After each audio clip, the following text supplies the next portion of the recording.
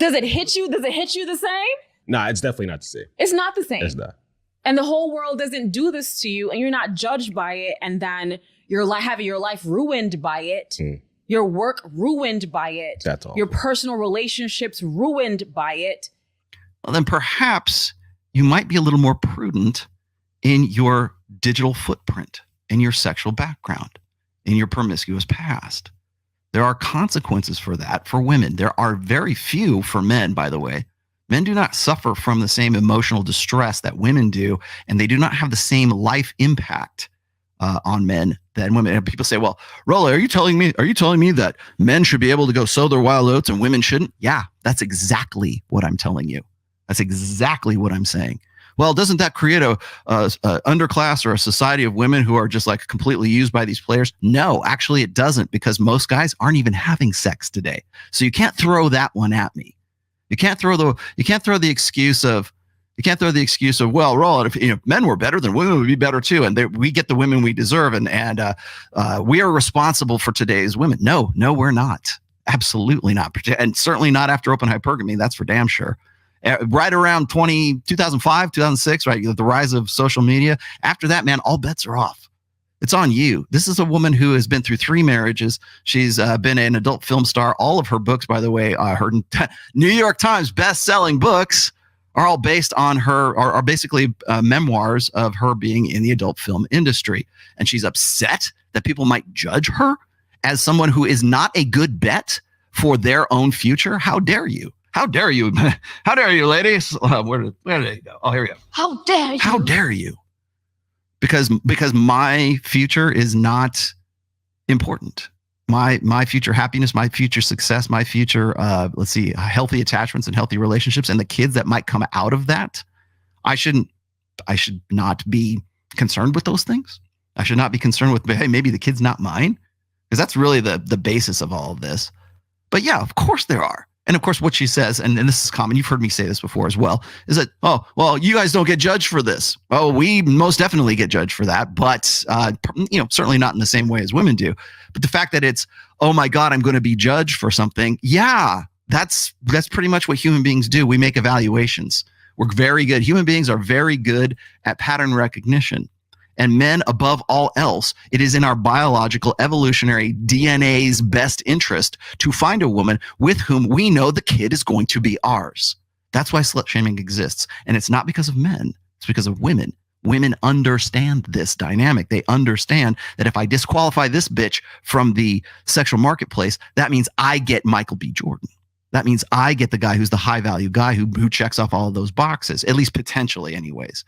Do they actually deserve that? No. Most women are overweight. Most women are, 40% of women in the United States are morbidly obese. We see them on the cover of frickin' the Sports Illustrated swimsuit edition.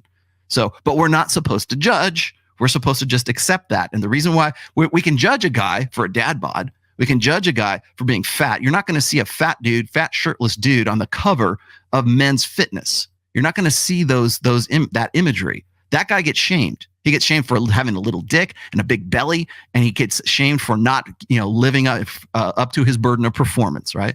Men must become, women just are. And so when men must become, if that guy, you want to know why guys, like fat guys with little dicks, aren't on the cover of Men's Health and Fitness?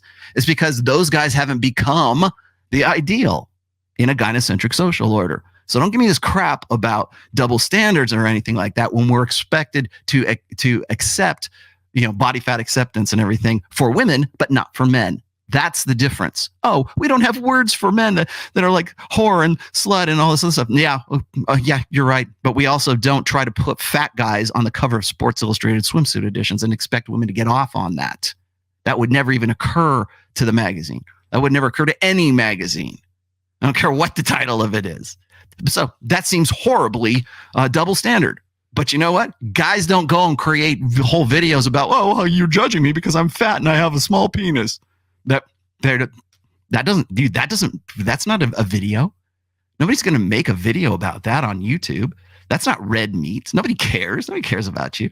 It might be a funny, Saturday Night Live skit, but it is sure as hell never going to be a very popular viral video on TikTok or wherever else. So when you want to talk about double standards, there are far more double standards for men than there are for women. But the only one we are ever going to be aware of, in fact, when we say double standard, that's what we think. We think of slut shaming. So it's not the same. You guys don't have the whole world judging and telling you what to do with your body. Sure, we do. Literally have the government telling us what to do with our bodies.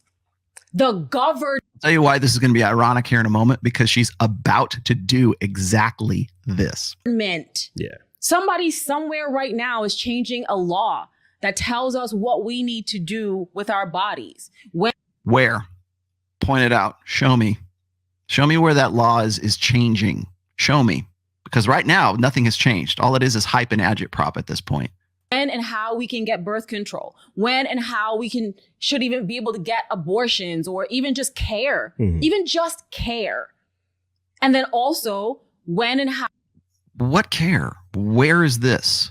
Like, if you're going to make, like, I get this all the time. If I make bold statements, I've got to back it up. For instance, I just backed up the actual definition of slut shaming, which she is apparently unaware of.